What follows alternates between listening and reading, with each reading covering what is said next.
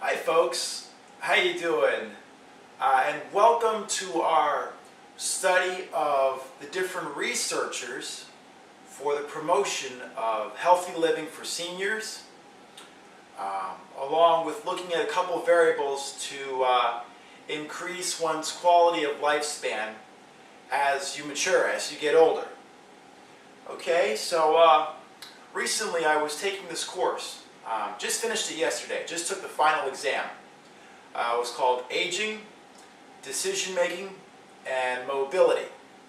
And we took an in-depth look at seniors, people who are older, like around 60s and older, and on just the different things that happen in their life that are pretty much inevitable, that we can either slow down through practicing good habits, or just have more of a knowledge of, so that when you are getting older, you can live a happier, happy-go-lucky life and not experience a lot of the maladies which the majority of seniors do as they get in their 60s plus.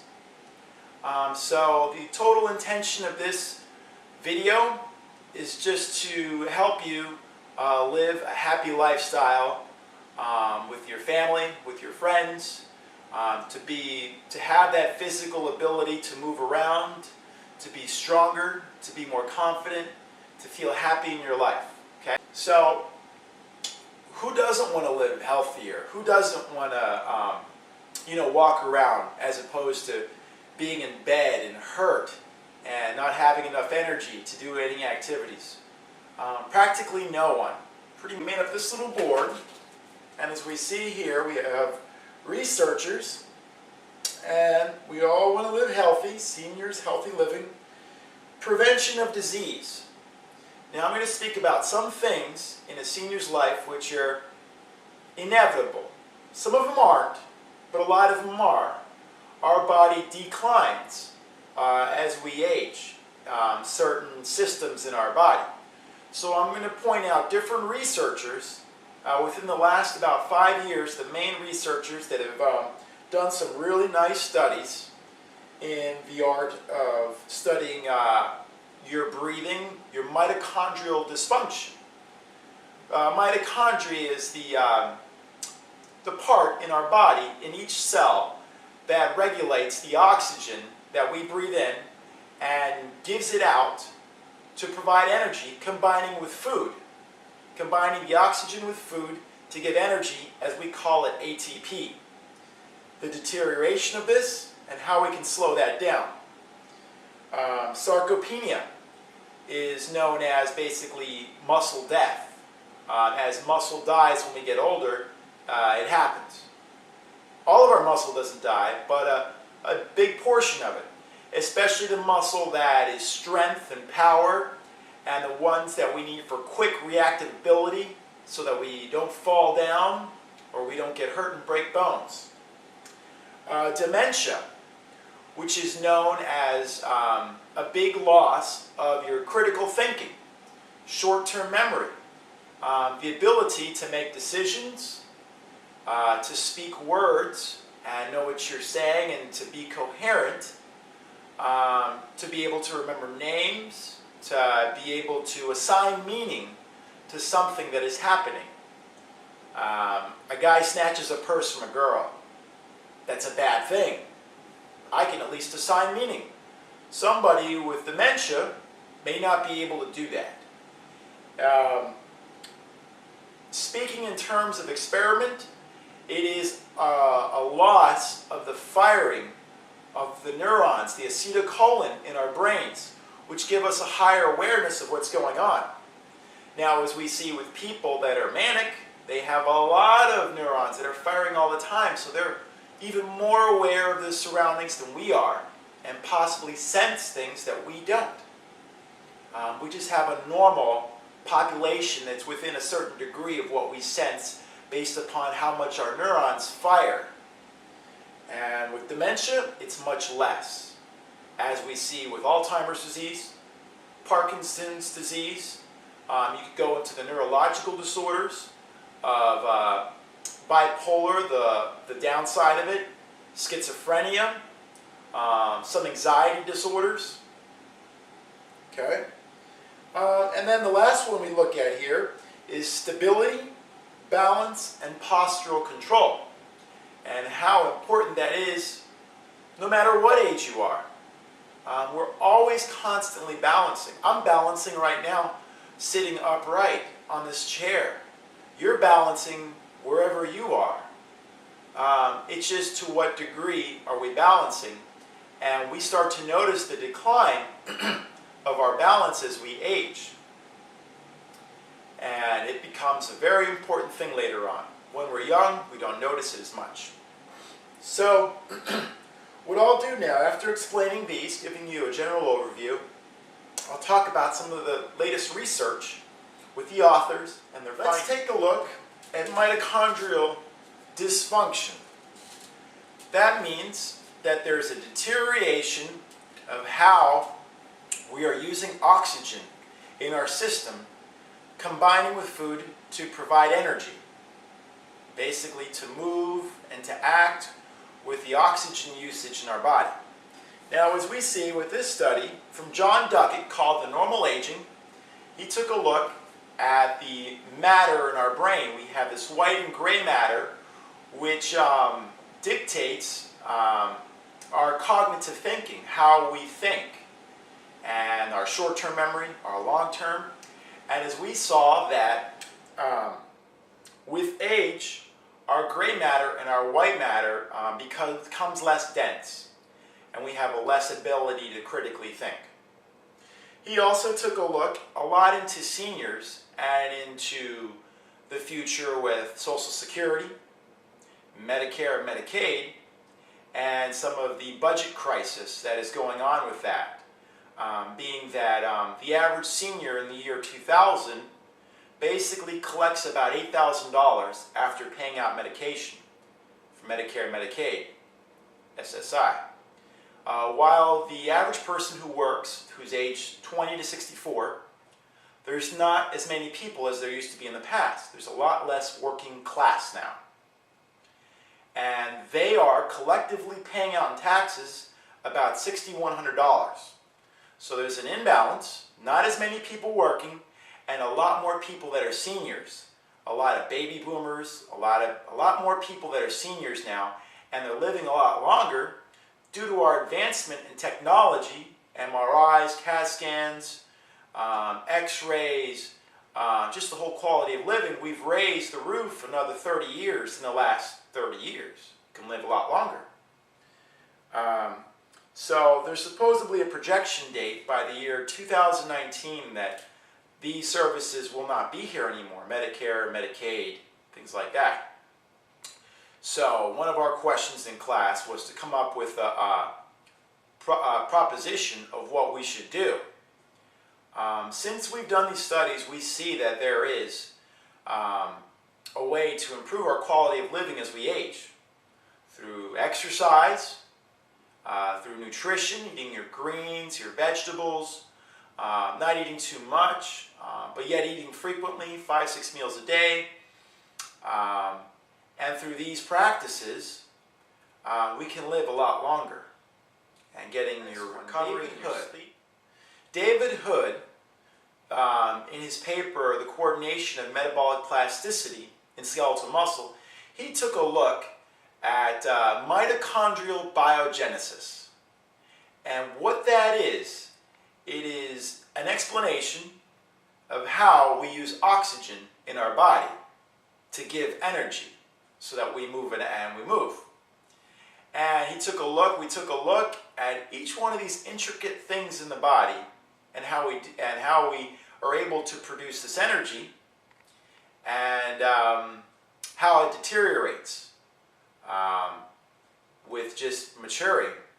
And also, we found that through physical inactivity and eating the wrong kind of calories, a lot of simple sugars too much, and lots of saturated fat too much, it deteriorates. Okay? To give you a brief overview, when I do this, any kind of muscle movement, calcium releases into the muscle. And furthermore, calcium and something called AMP kinase and CMK kinase travel into the neuron of a cell where this thing called PGC1 alpha, which is very important in our body, it is activated and it replicates itself and it innervates these other particles, sensory pathways, basically called NRF1 and NRF2, which innervate a code, a decoder that transcribes code, DNA, which is our genetic makeup. TFAM describes that code, the DNA code, while NuGEM, that's NRF2 is innervated, which is NuGEM, is the 13 mitochondrial proteins in our body that will help us, and it's the 5 enzyme complexes that will break through the oxygen and with the proton will basically help us give that energy. Sounds kind of complicated, I know. But I'm giving you a brief overview. So as these travel down that cell, they go into a thing called PIM, proton import machinery, and they travel into another cell, into the mitochondria. And there, the DNA code is transcribed.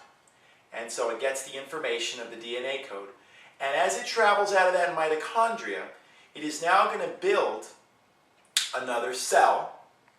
And it's either going to become a big cell or it's going to divide into two.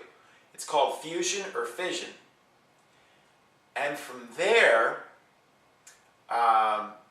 this thing called UPC3 will then basically increase this thing called reactive oxygen species. And what that is it's an imbalance in those 5 enzyme complexes, especially number 4 to 5. And it gets balanced out from 4 to 5 when a protein comes from the outer membrane and comes inside the membrane of that cell. Because it was unbalanced because the proton came out and then it goes back in, which is basically a hydrogen. You know that whole thing about chemistry and hydrogen and how important it is? This is one of those situations. So, basically what happens is ATP, after that enzyme complex happens and the proton comes back in, energy is given off, and we're able to give that energy and move and run and pump weight and lift groceries and throw the newspaper and move our mouth. And along with that, also apoptosis happens, and that is a good thing that the body does. It kills off cells that should be killed. They're kind of like weird cells in the body that just don't make sense and that could deteriorate us. As we see though, as we age, our body starts killing off good cells. That's called protein degradation. And that kills off some of our strength and power because then it starts killing off the type 2 fibers, which are the strong muscle fibers. Ian Lanza did a study where he took a look at 4 different groups of people. This had to do with endurance exercise. And 2 of the groups were young people that exercised and young people that pretty much never did. And old people that exercised and old people that pretty much never did. He took a look to see if the insulin resistance in older people was attributed to basically to physical inactivity or just a deterioration of our systems in our bodies as we age.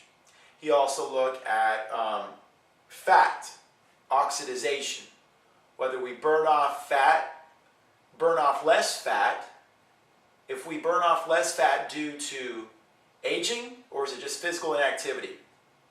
He also took a look at mitochondrial dysfunction. And as he looked into mitochondrial dysfunction, he said, is our breathing problems because we're aging, or is it because we're physically inactive? And what he came up with, his research, was that the insulin resistance with the type 2 diabetes in our population and things like that, as we age, is basically based on physical inactivity, especially as we age. It's not dependent because we're just aging. it's because of physical activity. Though our breathing problems are due somewhat, a lot, attributed to not exercising, physical inactivity, but some of it is definitely attributed to aging. We deteriorate our breathing efficiency in the mitochondria of each cell in our body due to aging. So Holcomb did research in aerobic training reduces brain tissue loss in the aging. And he took a look at how the gray matter in our mind, again, similar to John Duckett. John Duckett did an overview. Holcomb saw that there was less reduction of gray matter when you trained aerobically, like going for a walk or going for a slow jog, bicycling, swimming slowly, things like that. Something you can do for 15 minutes in a row, the same repetitive movement using the major primary muscles underneath the lactate threshold. What is a lactate threshold? It means when you're not exerting too much energy and you can sustain it for 15 minutes or more, under 70% of your heart rate max, basically. Okay? Then Erickson and Kramer did two studies.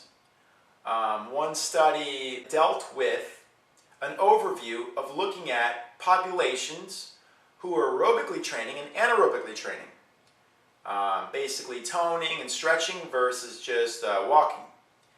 And they found that in a 6-month study, that when we start something or stop something, when you start one direction, stop at another direction, or change direction, aerobic training increases the reaction time of your ability to start, stop, change direction more than anaerobic. And anaerobic would be strength training, would be toning, shaping. So walking and jogging does better, slow jogging.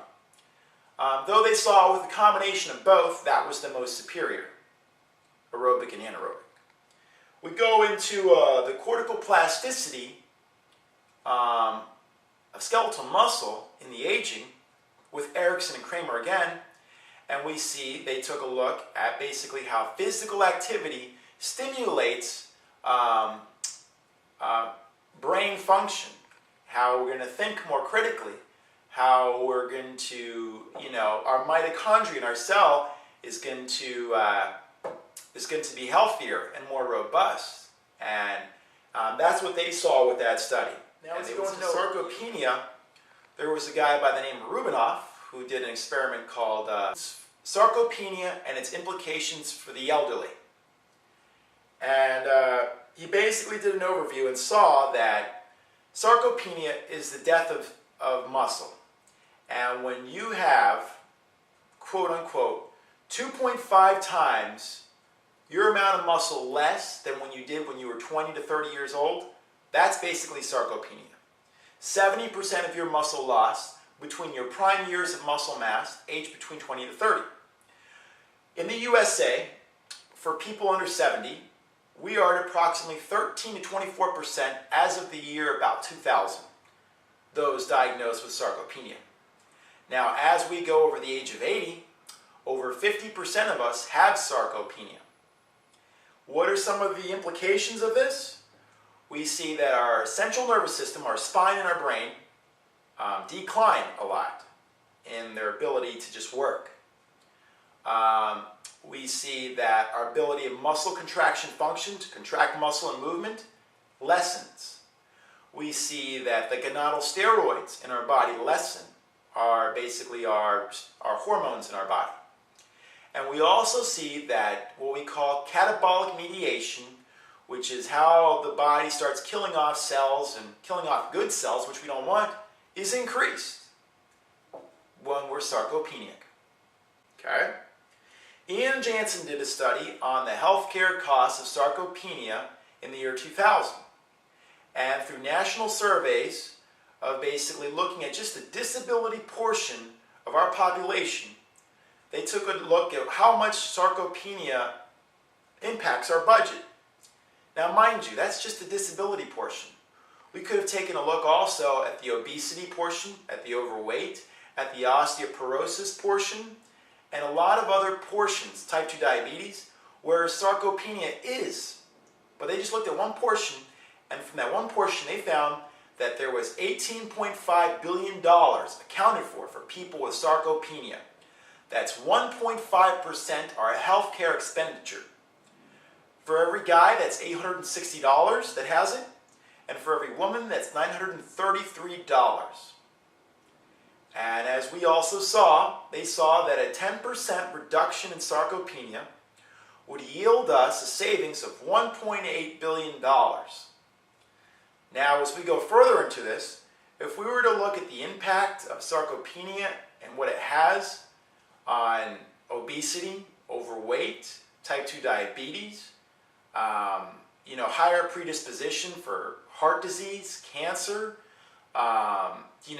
not to mention all the emotional, neurological stuff with it of depression and more anxiety, we're looking at something that could be in the trillions of dollars. Next one, Keith Barr did a study on the signaling underlying fitness. And from there, he took a look at basically what makes somebody strong and powerful and have a lot of hypertrophy, and what makes somebody more of the endurance type. And how do we stimulate strength so that one can get strength more easily? What variables? So he named 3 variables. Here's what they are. Load, which would be the weight, the amount of weight you're using. Metabolic stress, which I'll generalize as throughout your whole workout duration, what level of exertion are you working at? Okay? I might be a little bit wrong in that definition, I apologize.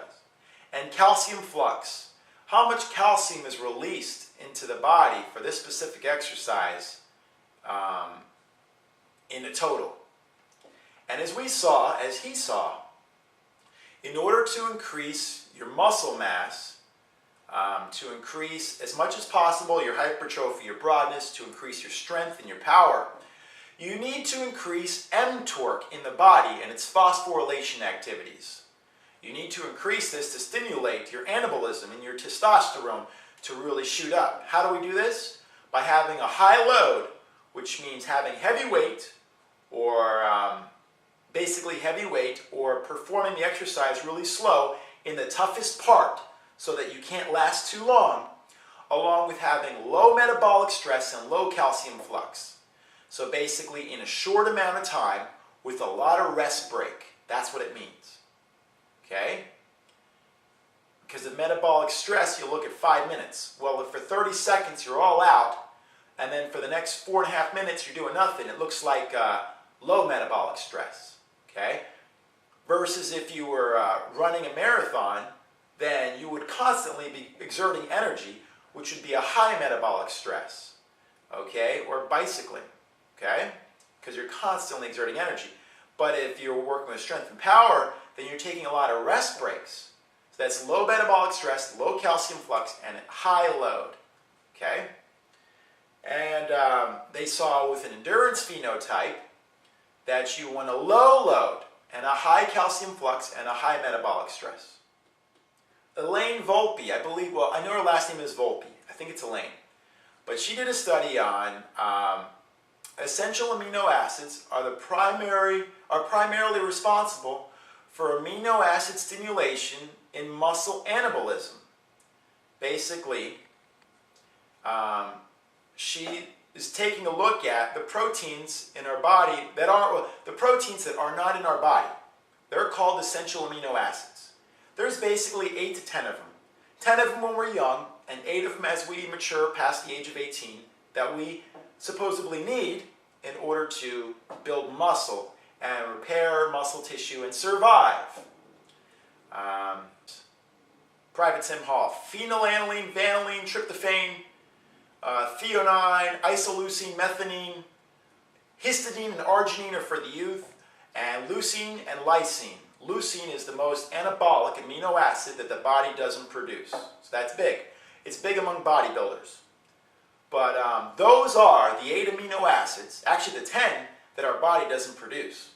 So what she did is she got a study and took a look at a group of 6 people that were taking 18 grams of just essential amino acids, and she took a look at 8 other people, 8 other guys, same age, that were taking 18 grams of essential amino acids and 22 grams of amino acids that were not essential. Basically, 22 more grams of protein that were already the proteins that are in our body. And what she saw was there was no increase in muscle growth. We call that protein synthesis, by taking all those additional proteins. So, if you're older and you're supplementing with protein, she saw from this study was done so that people that are older that are supplementing with protein, that they just take the protein supplements that have essential amino acids, as opposed to other proteins that may not have the essential amino acids. Now, usually, from my knowledge, most supplements of proteins have the essential amino acids, but you'll want to check and make sure, okay? And they're just now starting to put the last year or two EAA, which means essential amino acids, whole new thing.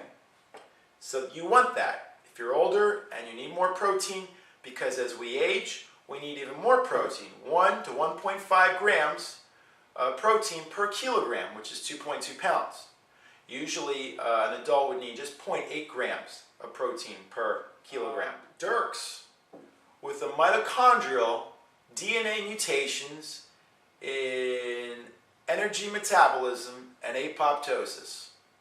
And he just took a look at basically the manipulating factors in our body that bring a deterioration and a decline of the oxygen usage with the energy output, that's the mitochondrial dysfunction, along with sarcopenia, and how our metabolism becomes lessened because we're not working at the same level.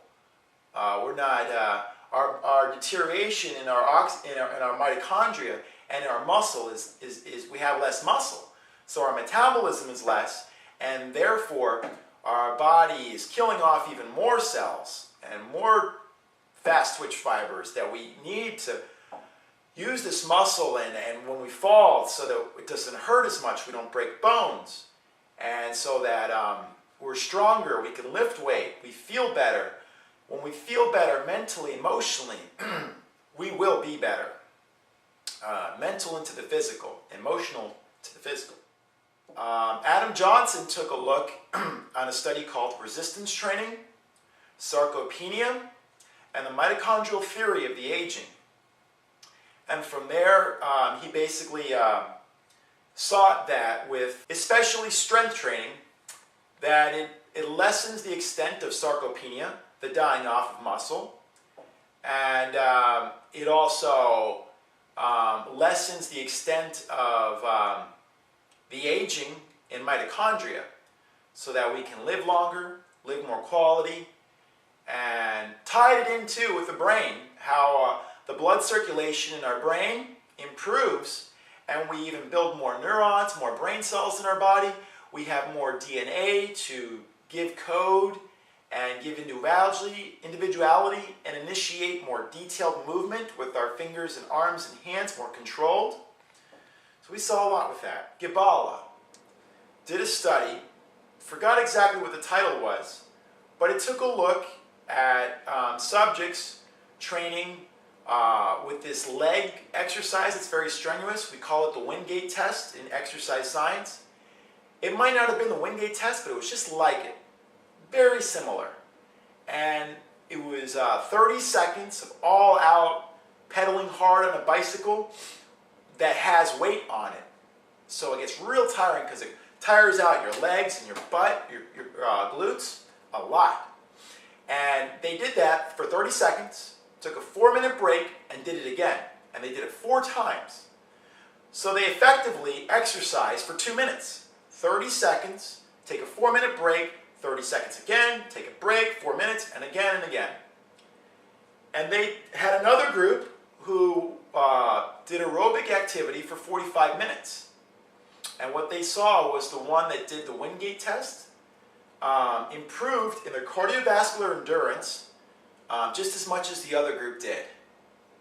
And they even were able to improve their muscular endurance, because that is all strength and power there, pedaling as hard as you can for 30 seconds when you have heavy weight to pedal, really heavy. And so that was pretty interesting to see that you can get cardiovascular and muscular endurance all in one without having to go on a boring cardio for 45 minutes. Now don't get me wrong, there are advantages to going on a cardio for 45 minutes, I believe. But I'm one of these two who would rather conserve time, and I like to be a strength power guy just the same. As we age, it is even more important to get this strength and power because we lose it in our type 2 fibers. Stability, balance, and postural control. Took a look at this guy called Gotthard. He did 2 studies. First study was his influence of proprioceptive and bioenergetic physical activities on balance and control in elderly women. Basically, he had 3 groups. One group trained proprioceptive exercise. That is with basically yoga and soft gymnastics. The second group was bioenergetic. That was cardiovascular endurance with swimming, jogging, bicycling, 1 to 2 times a week. And the third group was a control group. They just did walking. They wanted to see which group would maintain the most balance and control in their movement with their testing equipment.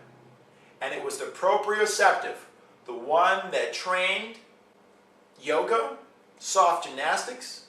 Tai Chi would also be something that they would do too, that you could do that would be very similar, Tai Chi. Okay? So they had the most stability, balance, and postural control with that study. Bioenergetic activities did second best. That was swimming, jogging, and bicycling. And walking was last. Those were the walkers. So as far as retaining your balance, postural control, stability. In his last study, he did the physical and sporting activities in the vestibular afferent usage in balance in older adults. And basically there was 2 groups, 18 in group A and 18 in group B. Group A did the bioenergetic activities and group B was just walking. Which group performed better in balance? Bioenergetic, which was, in this specific time, I believe that incorporated some Tai Chi, but was also the swimming and the jogging and things of that nature. So we see here as an overview through our studies that it's very important to have these type 2 fibers when we age, because they're going to help us to regain balance and quickness of movement when we need it, so we don't fall, we don't hurt ourselves, so we have that strength to lift the things we need to do, to take care of ourselves, to groom ourselves. Very important. Along with a less of a decline. By having these and improving the strength, will increase the blood circulation in our brain, have less of a decline in the cortices of our brain, improve our ability to use oxygen as we yield energy, and our nervous system will be increased. We will have better efficiency in transmission of signals from our spine to our brain, to our muscle fibers, to the joints in our body to manipulate movement and coordinate it in an efficient manner. And we see that with high intensity training, it can be advantageous when we're older to train, with a higher load.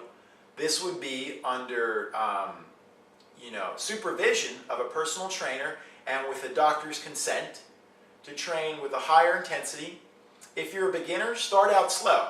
I have my own clients and I start them out slow, but eventually by increasing their strength and even increasing sometimes lifting weight heavier, faster, this is when they're pretty decently trained, like a year or something like that. That's by my standards. By their standards, they want people to start working like this fast, like fast, with fast movement. I'm not so much the type like that because I know how out of shape people are and I know that they need to adapt. And to be able to get somebody to act like they've been training for 10 or 15 years, kind of ridiculous, I think. But that is the most advantageous, to train with higher speed and velocity. And just to live with longevity of life, to eat better nutrition, eat your vegetables. This is NutriPoint Systems here, and it shows that in this point system, right here, increasing our longevity of life, vegetables by far, I mean, they kick the tail off fruits, off grains, off beans, off milk, off meat. They kick the butt off of this stuff. So what you need to do, if you want to get rid of cancer, if you want to freaking have less chance of heart disease, is eat your freaking vegetables. Eat your spinach. I'm going to read it in order of precedence here. Spinach, broccoli, lettuce, asparagus, cauliflower, Brussels sprouts, cabbage, carrots, lettuce, mushrooms, okra, tomato, radishes, squash, green beans, and cucumber. They are so important for the real nutrition that our body needs to, just be healthy and live, from what we found. The Okinawans in Japan, they live with a lot of greens, eating a lot of greens, not eating much, very low calorie, and a lot of them live around 120 years old, easy, no problem, no questions asked. Okay? So, that's about it for today. As a personal recommendation, eat your good food, exercise, live a happy life, build happy, emotional, strong friendships and relationships that you look forward to being. Enjoy life and congratulate yourself and take time to appreciate what you've done in this lifetime. I thank you for allowing me to be your host and you're living 15, 20 years longer with a higher quality of living and being here as a real person and to be there for other people. Thank you. God bless you.